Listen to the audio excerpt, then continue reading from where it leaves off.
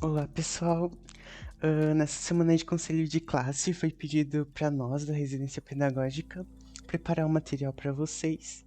Então a gente preparou um material falando sobre calor, temperatura e transferência de energia. Como vai ser passado para todas as séries, vai ser meio que uma revisão conceitual, porque vai ter gente do primeiro ano que não precisa ver isso, então a gente vai dar uma revisão com uma introdução conceitual, né, para quando eles verem já terem um pouco de ideia. E o pessoal vai ter o pessoal do terceiro ano também que já viu isso, então vai ser meio que maçante. Então a gente colocou alguns experimentos virtuais que também vão ser legal para descobrir alguma coisa nova. E o pessoal do segundo ano que vai explorar um pouquinho nesse ano, mas que ainda também não viu.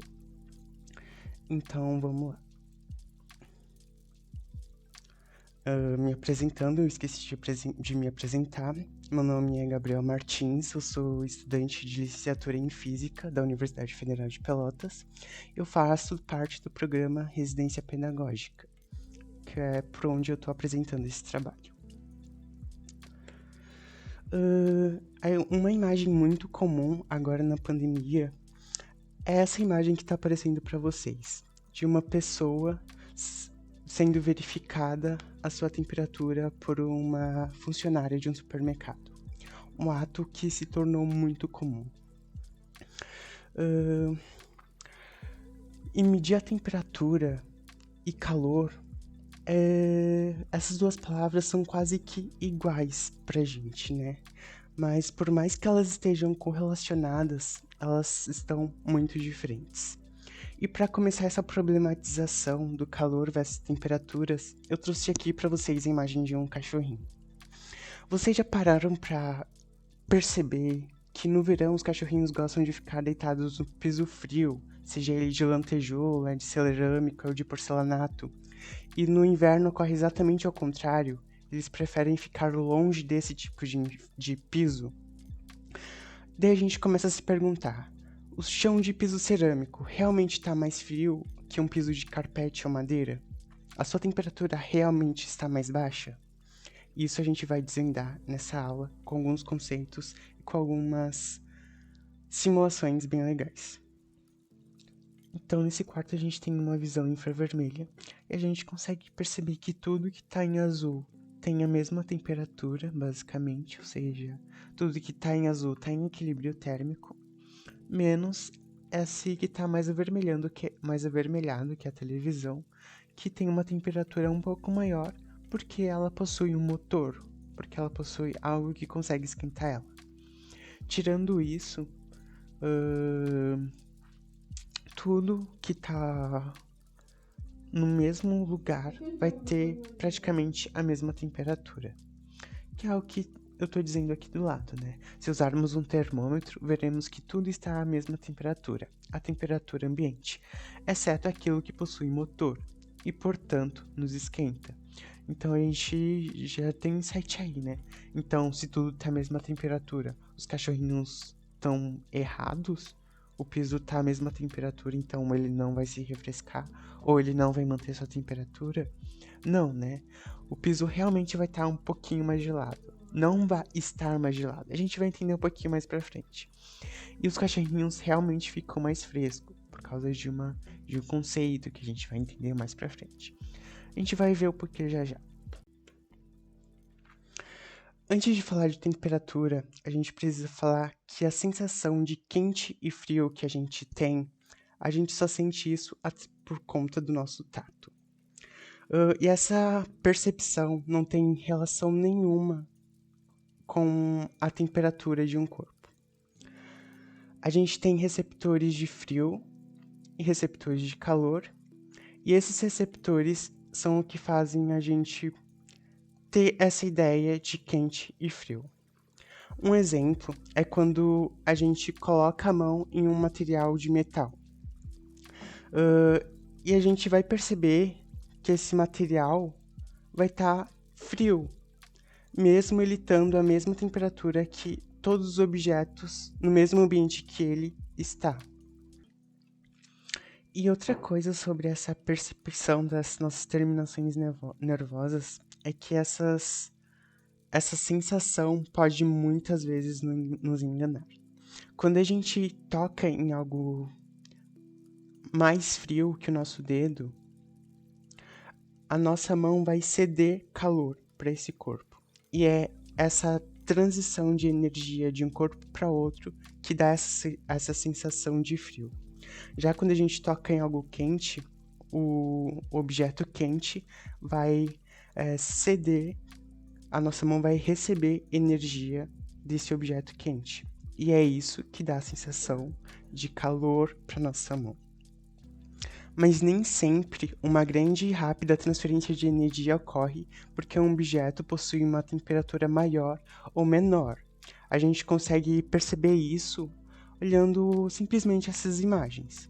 Se a gente colocar nossa mão em um objeto de maneira, a gente vai quase que não vai perceber a temperatura dele, a gente quase não vai perceber que ele está frio, por assim dizer. Já se a gente colocar a nossa mão em um objeto de metal, a gente vai perceber que ele está muito frio. A gente vai perceber que há muita transferência de energia. Isso acontece também quando a gente tem o ar e a água à mesma temperatura, como mostrado aqui, e a gente coloca a nossa mão na água e deixa a outra mão no ar. E a gente percebe que a mão que está dentro da água tá bem mais fria do que a mão que tá no ar. Isso a gente vai entender um pouquinho mais pra frente. Então aqui a gente tem um experimento clássico sobre essa percepção de quente e frio, que eu recomendo muito que vocês façam porque é muito legal. Nesse experimento você vai precisar de 3 baldes, um balde de água, um balde com água fria, um balde com água quente e um balde com água morna. Você pode misturar um pouquinho dessas duas águas e ela vai ficar morna. Então, em um primeiro momento, você vai mergulhar suas duas mãos. Uma em um balde de água fria e a outra mão no balde de água quente. Você deixa a sua mão por um tempinho e depois coloca as suas duas mãos instantaneamente juntas no balde de água morna. E você vai perceber que a sua mão que estava no balde de água fria vai estar sentindo calor nesse balde de água morna. Ou seja, ela vai estar recebendo calor. E a sua mão que estava no balde de água quente vai estar sentindo frio, porque a temperatura do balde de água morna vai ser menor do que a sua mão, do que a temperatura que a sua mão estava. Esse é um exemplo muito interessante, um experimento muito interessante dessa percepção de como o nosso sentido pode nos enganar. Todas as coisas têm energia dentro de sua estrutura. A energia total de um corpo é chamada de energia interna. Uma situação que ilustra bem esse conceito de energia interna é esse iceberg e essa xícara de café. Se eu perguntasse para você, quem tem mais energia, um iceberg ou uma xícara de café? Você responderia o quê? Ou se eu perguntasse, quem tem maior temperatura? Esses conceitos a gente vai entender um pouquinho mais para frente. Então, afinal, o que é calor? O que é essa coisa que a gente está falando há tanto tempo? Quando há uma diferença de temperatura, o corpo que tem maior temperatura vai ceder parte da sua energia para o corpo que tem menos temperatura. Isso é quase que uma lei física. E essa transferência de energia em função da temperatura é o que a gente chama de calor. Ou seja, calor é a transferência de energia entre dois corpos, com temperaturas diferentes. A gente consegue enxergar isso através desse cubinho, dessa imagem, né? Onde a gente tem um cubinho com maior temperatura e o outro com menor. E a gente vê que a transferência de energia vai do cubinho de maior temperatura para de menor temperatura. Então, a gente tem aqui que a energia sempre fluirá do corpo de maior temperatura para o de menor temperatura. Estando esses dois cubinhos, estando esses dois corpos juntos por um intervalo de tempo, a gente vai perceber que, ao decorrer do tempo, eles vão entrar no que a gente chama de equilíbrio térmico. O que é o equilíbrio térmico? Durante a transmissão de energia por calor, durante a transmissão de energia por calor, a diferença de temperatura vai diminuindo e, portanto, a transferência de energia também diminui. Quando os corpos tiverem a mesma temperatura, ou seja, quando eles entrarem em equilíbrio térmico, essa transferência de energia por calor vai cessar. Para a gente entender um pouquinho melhor esse conceito de equilíbrio térmico, eu trouxe para vocês um experimento do FET, que a gente vai conseguir entender um pouquinho melhor.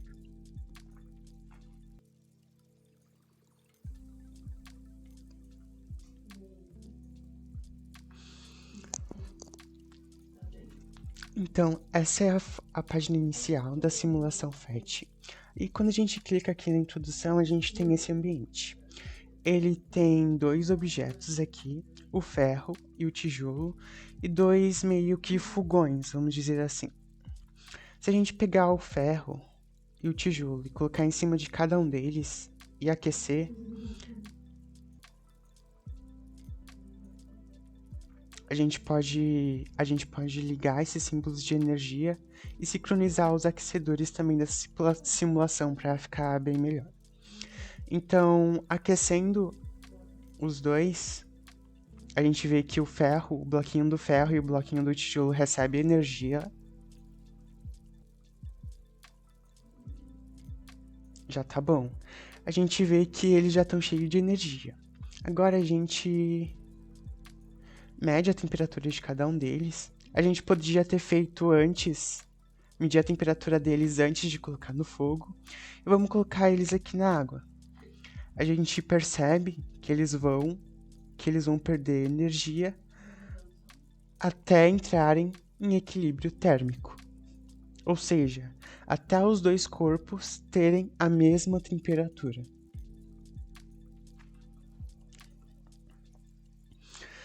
Aqui nessa segunda imagem, nessa segunda tela da mesma simulação, a gente vê que a energia térmica pode ser convertida por outros tipos de energia. Por exemplo, aqui a gente tem uma menina e a gente coloca ela para pedalar. Ela pedala, ela gira essa bombina, essa roldana, e essa roldana faz com que a água se aqueça. Então esse experimento é muito legal para lembrar aqueles... Ela tá pedindo alimente-me, né? Então a gente alimenta ela enche a barriga e começa a pedalar de novo.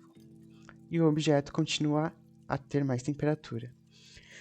Como eu estava falando, esses experimentos, essas simulações, são bastante legais porque a gente lembra aquela ideia de atrito. Quando a gente tinha, lá no primeiro ano, falava sobre energia na pista de skate, a gente não considerava o atrito, porque o atrito era outra forma de energia, ou seja, o atrito roubava a cinética de um objeto e ela era perdida, essa energia cinética era perdida e se transformava em energia térmica. Então é a mesma coisa que acontece aqui. A gente pode ver também se a gente liga essa chave, vamos ligar aqui.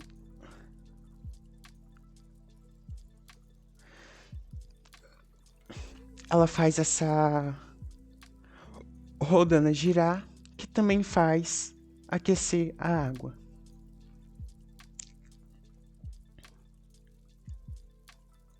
A gente pode colocar outras coisas, como o sol e um teto solar, que são outras formas de transformação de energia solar em energia térmica. A gente estava transformando energia cinética em energia térmica. A gente estava transformando energia cinética da água em energia térmica, que é o que acontece nas usinas hidrelétricas também. E aqui a gente pode transformar a energia de um vapor, se a gente aquecer a água aqui, ó, em energia térmica também.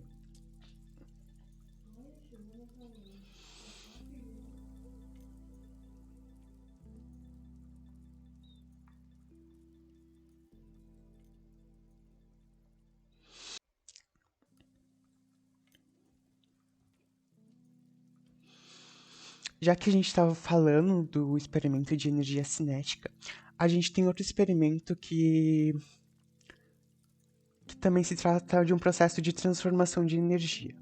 E ele é uma simulação de um atrito entre dois cadernos, o mesmo atrito que eu estava falando anteriormente. Então vamos ver essa simulação.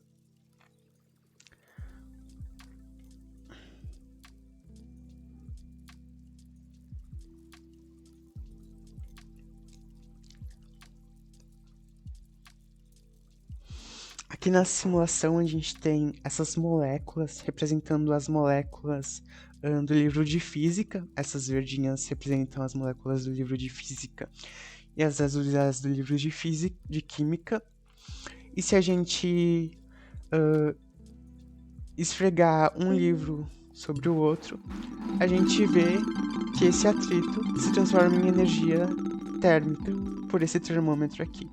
A gente vê que as moléculas ganham muita energia quando dois corpos são atritados.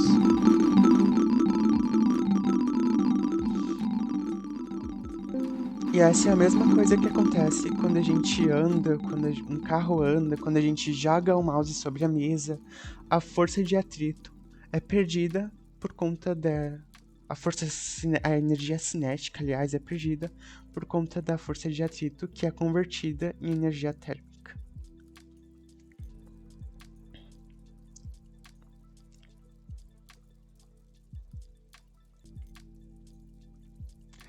Então, para resumir o que eu estava tentando dizer, lembrando lá aquela questão sobre as moléculas do iceberg e a xícara de café, qual tem mais energia e qual tem maior temperatura, a gente consegue resumir que as moléculas do cafezinho têm mais energia do que as do icebergs.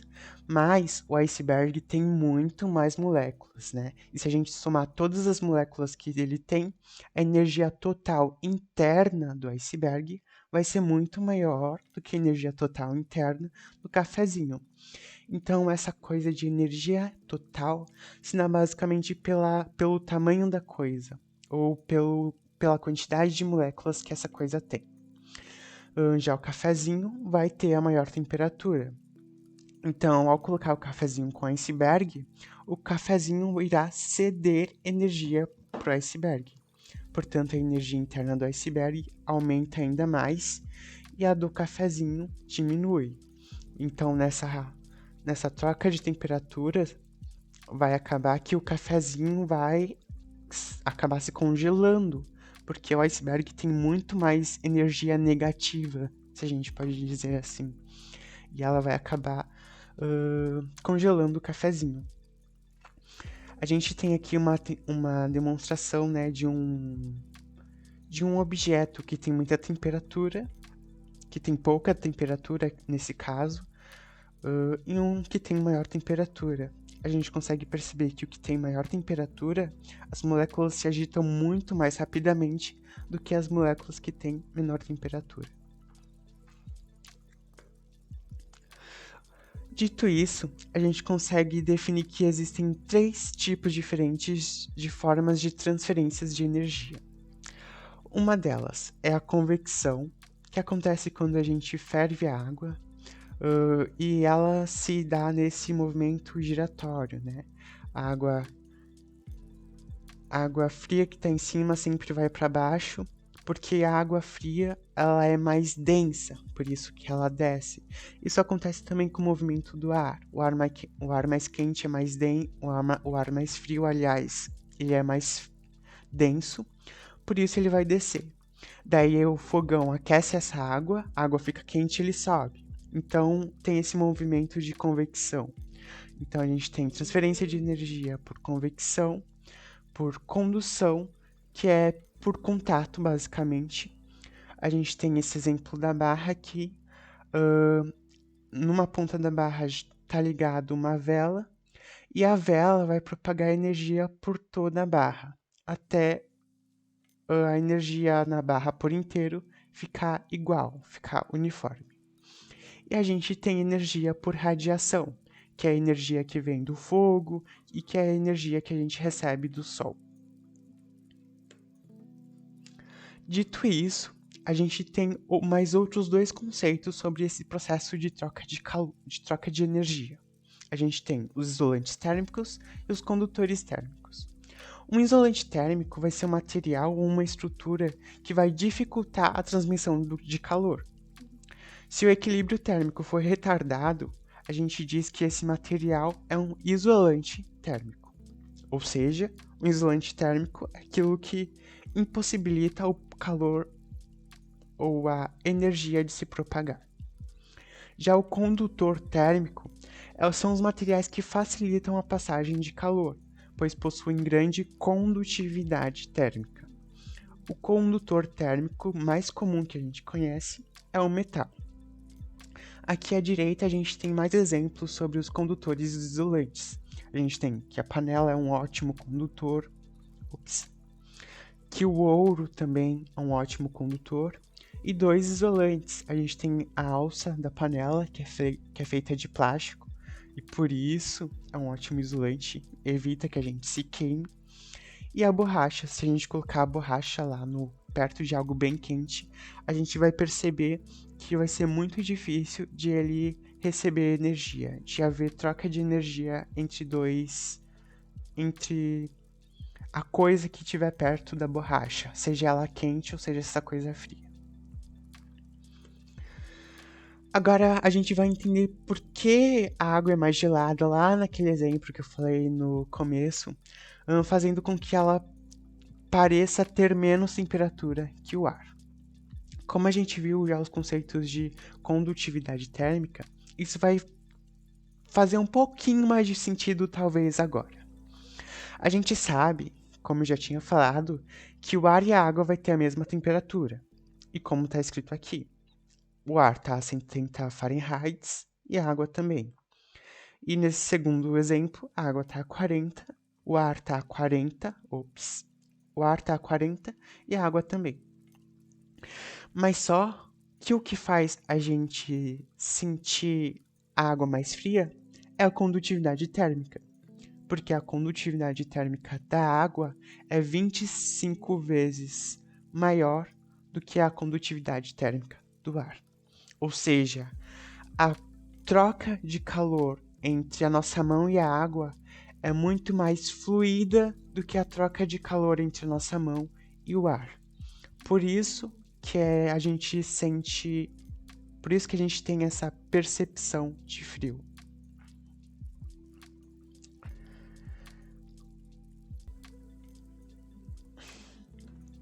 Agora a gente vai entender por que os cachorrinhos ficam mais fresquinhos quando deitados no chão de cerâmica. Isso também tem a ver com a condutividade térmica. A gente sabe que todos os pisos possuem a mesma temperatura. Todos os objetos de um mesmo local vai ter a mesma temperatura ambiente. Mas a gente tem que os pisos de cerâmica têm uma condutividade térmica 15 vezes maior do que o piso de madeira. E a gente tem também que o alumínio tem uma condutividade térmica 1.200 vezes maior do que o piso de madeira. Então, os cachorrinhos vão preferir, no verão, ficar no piso de cerâmica, porque a troca de calor entre o cachorrinho e esse piso vai ser muito mais fluida. E vai dar aquela sensação de frescor pro cachorrinho, né? E, ao contrário, no inverno, ele vai querer ficar mais quentinho, porque a troca de calor, se ele ficar em um piso de madeira, vai ser bem menor. Quase não vai haver troca de calor. Então ele vai sentir que ele continua com a sua mesma temperatura.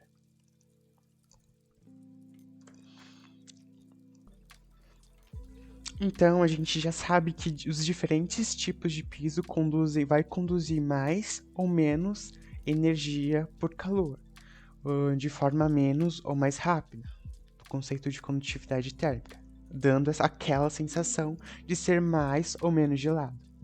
Mas só que nem sempre essa troca de calor vai fazer variar a temperatura dos corpos. Às vezes sempre um deles, ou ambos, pode mudar o seu estado físico com essa troca de calor, sendo esse estado sólido, líquido ou gasoso. Dependendo dos materiais, uma certa quantidade de energia trocada vai produzir uma variação na temperatura, para mais ou para menos, como a gente já sabe. E a grandeza que caracteriza esse aspecto de substâncias se chama calor específico. O calor específico vai nos dizer basicamente o quanto de energia cada grama do corpo deve receber para que a sua temperatura aumente ou varie em 1 grau. A gente tem um exemplo muito interessante, que a areia precisa de metade de energia do que a água para aumentar sua temperatura em 1 grau. Ou seja, com esse dado a gente consegue perceber que quanto menor o calor específico, menos energia é necessária para aumentar a temperatura de um corpo. Resumindo assim, foram muitas informações de um jeito muito rápido. Calor específico é a quantidade de calor que um corpo precisa receber para aumentar sua temperatura em 1 grau. Dito isso, a gente tem a mudança de status físico. Em determinadas temperaturas, os diferentes materiais vai poder mudar o seu estado físico. Por exemplo, a gente tem que o gelo derrete, ou seja, a liquefação, quando ele chega a 0 graus. Ou que a água ferve, que é a ebulição, quando ela chega a 100 graus. A gente tem também que o vapor da água se condensa, a gente tem a condensação em água líquida, quando ela chega a 100 graus. E a água congela, daí a gente tem aí a solidificação, quando ela passa dos 0 graus. Outros exemplos que a gente tem, que não foram citados, é a sublimação, que é quando um objeto passa do estado físico gasoso para o sólido, e a ressublimação, que é o processo contrário. Nesse diagrama, a gente consegue ver basicamente todos os processos de mudança de estado físico.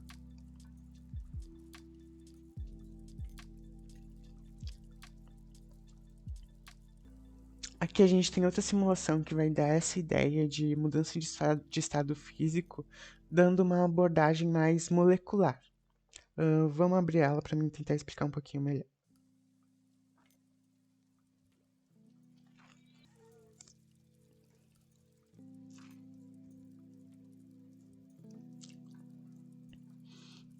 Essa é a tela inicial da simulação. A gente clica aqui em estados, a gente vê que aparece vários tipos de átomos ou moléculas. A gente tem aqui o de neônio, argônio, oxigênio e água, e elas estão em uma câmara totalmente fechada. Se a gente vamos selecionar aqui o da água, a gente percebe que as moléculas são bem representadas, né? 2 átomos de hidrogênio e 1 de oxigênio.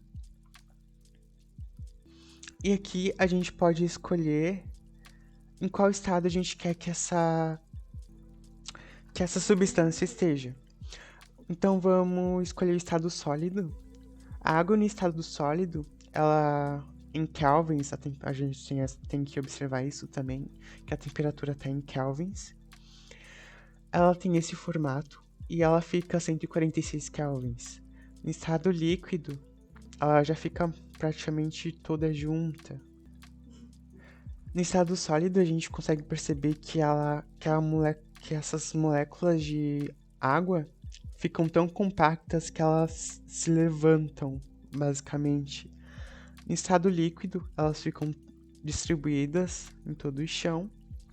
E no estado gasoso, a gente vê que em 430 kelvins, ela fica completamente distribuída por essa câmara.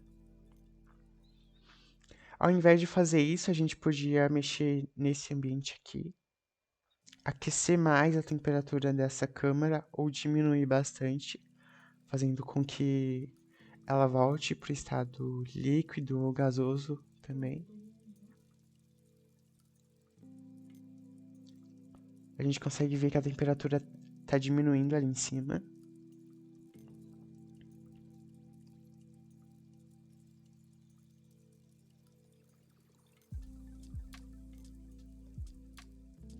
Até que as moléculas ficam paradinhas e todas juntas.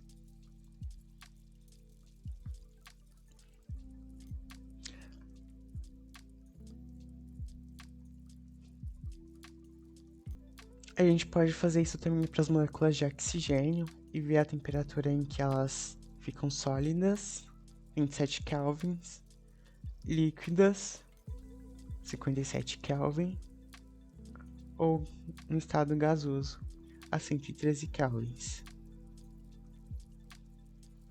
E só a título de curiosidade também, para as moléculas de argônio, 189 kelvins, uma temperatura bem maior. No estado líquido, 86 kelvins. No estado sólido, 43. Comparando o estado sólido do argônio com a água, a gente tem muita diferença. 43 kelvins para 146 kelvins.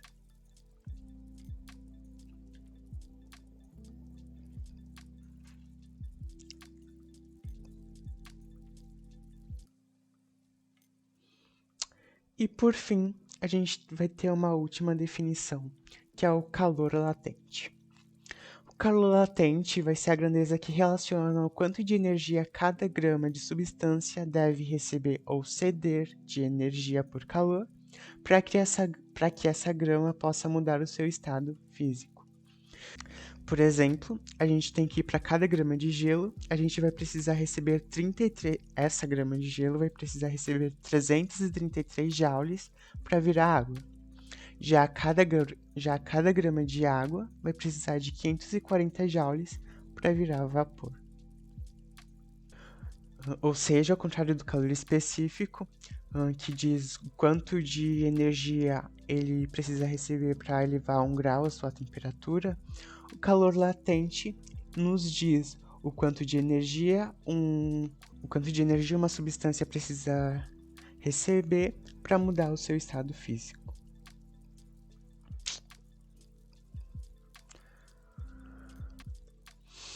É isso, espero que vocês tenham gostado da aula e até mais.